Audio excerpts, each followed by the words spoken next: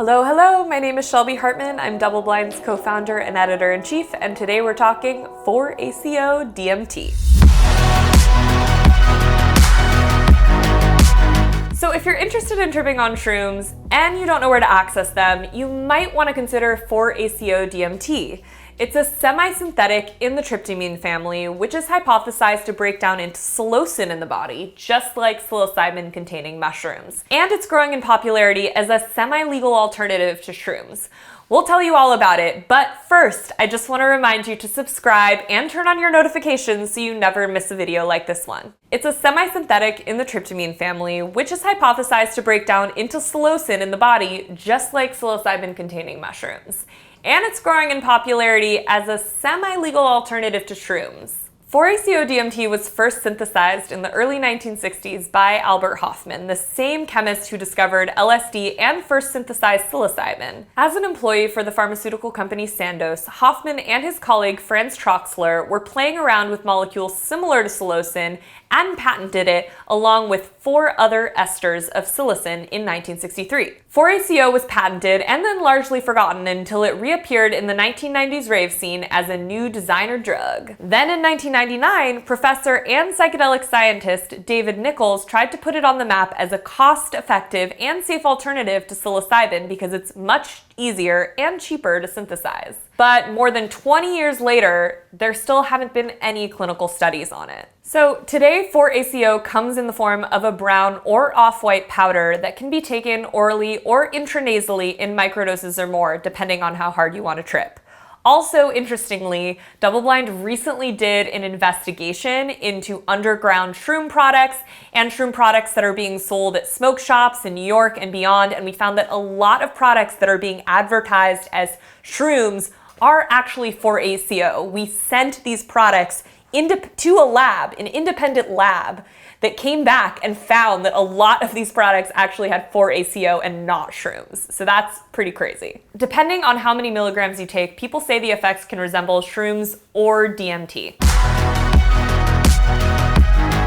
So what's 4-ACO feel like? The 4-ACO trip is really dependent on dose, and the most common way people describe it is the trip being like a crisp, lucid, and warm mushroom experience on low and moderate doses of about 15 to 30 milligrams. Journalist Michelle Janikian, who wrote our 4-ACO guide, interviewed people about their experiences on it, and one person who has tried 4-ACO in doses from 10 to 50 milligrams several hundred times told her, quote, 4-ACO has a very light and joyous character, almost childlike, like mushrooms but crisper and clearer. It's slightly gentler and more simplified of a trip than mushrooms, but almost the same feeling. The visuals in this dose range also seem to be similar to what folks experience on mushrooms, with lots of drifting, waving, breathing, morphing, but some people report it being a bit more geometric than shrooms, bordering on the precise way DMT makes them see the world. Another person told Janikian, open-eyed at low doses, visuals are earthy and warpy. Everything can look kind of hazy and humid like a jungle. I'll see faint, simple geometries such as drifting, curved lines. This is someone who's tried 4-ACO about 10 times. She said, closed-eyed at low doses, I have a lot of nonsensical but beautiful imagery. It's usually realistic but very trippy, such as my fish made out of glass fractals. Many people describe the 4-ACO experience as being stronger than shrooms, especially in high doses, although slightly more consistent and predictable. Another person told Janikian, they're related for certain, but a distinct spirit. ACO is its own entity, distinct from the mushroom. It is not synthetic mushrooms as it is often sold. It's far beyond that, said this person who's tried doses ranging from 15 to 70 milligrams. He said, quote, it is the most powerful psychedelic I've ever tried. Gnosis doesn't begin to cover what this molecular goddess has to teach. Once you get into the high and heroic dose range, people report 4-ACO being more like a long DMT trip. It's possible that you won't be able to move or talk too much, and there can be a heavy body sensation that most folks report as relaxing or even euphoric. But like with any psychedelic, you have to accept and surrender to the feeling. There's just always going to be an element of unpredictability, and we recommend curiosity in those moments. Another person told Janikian that 4-ACO was a, quote, cozy feeling. But then all we could do was lay in bed because we entered some kind of dimension where we didn't know where, who, or what we were. And I was just accepting that all I could do in that moment was to observe and just be. Even though she had a beautiful experience, she said that her friend who didn't have experience with psychedelics was afraid and was breathing quickly and just didn't have a great experience, but eventually cooled down again. This person said that they had a similar experience with 40 milligrams, telling Janikian, quote, there was this moment of I'm ready to go deeper, but I didn't realize how deep I'd go. And about 30 minutes later, I felt incredibly lightheaded, like I was being shot up into a space elevator. Sometimes I felt a pressure in my ears and popping. I laid in my bed because it was hard to stand. And there was this moment of terror as I felt myself being ripped away. I was scared. And then I remembered people telling me to give into the experience. And I gave in, even though every ounce of me wanted to fight it. And then I saw myself drifting through a tunnel and a goddess. This is not an experience that is unique to 4-ACO. I'll just say, generally speaking, that again and again we hear from folks that when a psychedelic experience starts to become really strong, stronger than they anticipated, especially if they've never done that particular psychedelic before, that the natural reaction is fear, right? Like fear of the unknown is a very human reaction. But like this concept of surrendering, like leaning in, trusting, letting the experience unfold. And a way to do that is to kind of try to sink out of your head and into your body through breathing. Perhaps some meditation, concentrating on the music can really kind of help you graduate into the next chapter of the experience and out of this sort of anxiety, fear loop. So with that said, we do have classes and workshops to help people before and after their psychedelic experiences. And we care very deeply about supporting people on their experiences, on their journeys with psychedelics at DoubleBlind. And so if you're interested in attending some of these workshops, getting to know me, getting to know our experts, becoming a part of our community, then you can join our membership program, which actually also goes to fund videos like this and fund the print magazine and make our work possible. So since 4-ACO is so dose dependent, let's talk about dosage for a minute. As mentioned, people say smaller doses feel like shrooms and larger doses feel like DMT. So it could be a good, more accessible option for microdosing for folks who can't access shrooms. Generally speaking, a microdose of 4-ACO would be considered 2.5 to 5 milligrams. A low dose is going to be 5 to 10 milligrams. A moderate dose is going to be 10 to 20 milligrams. A high dose is going to be 20 to 40 milligrams, and a heroic dose is going to be more than 40 milligrams. And as a general reference point, many say that oral doses in the 15 to 20 milligram range greatly resemble a 3.5 gram magic mushroom experience. And 3.5 grams is actually quite a lot. And as with all new psychedelics, I'm sorry, but I just have to say it, it's best to start low and go slow. Start with a low to a moderate dose or even a microdose for your first trip in order to just get the lay of the land before diving in deeper. As mentioned, people also ingest 4-ACO nasally, intranasally, and doses are slightly different because many folks report snorting the powder to be stronger and also possibly shorter acting. So if you want more information on intranasal ingestion, you can check that out in the full guide, which we put a link to in the description of this video. So how long does a 4-ACO trip last? Well, most folks report that a 4-ACO trip lasts more or less the same amount of time as mushrooms, which is about 4 to 8 hours, with an afterglow lasting up to 48 hours after the experience has ended. Afterglow effect being kind of that period after where you just feel like a little sparkly and a little lighter, although that doesn't happen to everybody. And Psychonaut Wiki has mapped out the duration of a 4-ACO trip like this. The total, 4 to 7 hours. The onset, 15 to 40 minutes. The come up, 30 to 75 minutes, the peak 2 to 3.5 hours in, and then the offset around 1 to 2 hours, with again the after effects being 4 to 48 hours.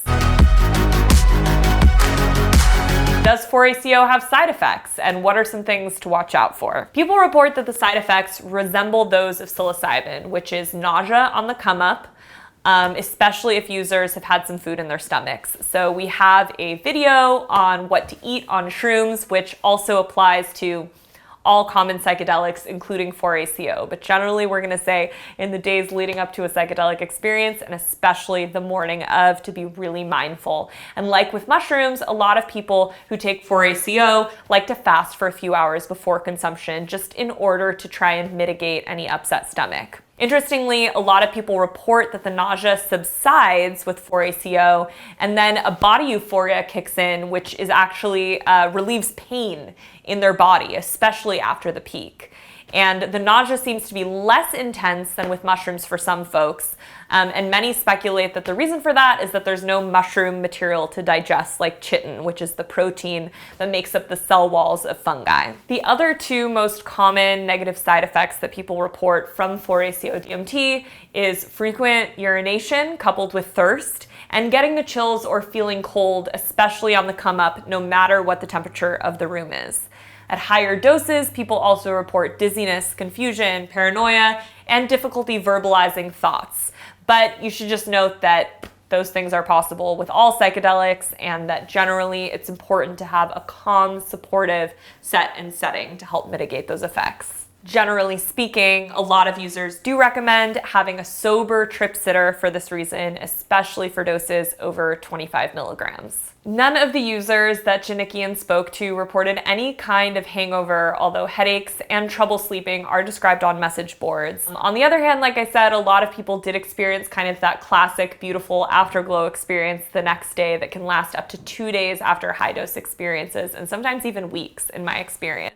Smoking cannabis in the day or two after a trip has also been reported to intensify the afterglow and bring people back to a place that sort of resembles the 4-ACO DMT. So that might be something that you're interested in for integration purposes, but that's also something that we would caution against. As far as toxicity goes, as mentioned, there really aren't any formal studies investigating it. Many people assume that 4-ACO DMT has a similar safety profile to psilocybin-containing mushrooms, but there's just no clinical data to back this up right now.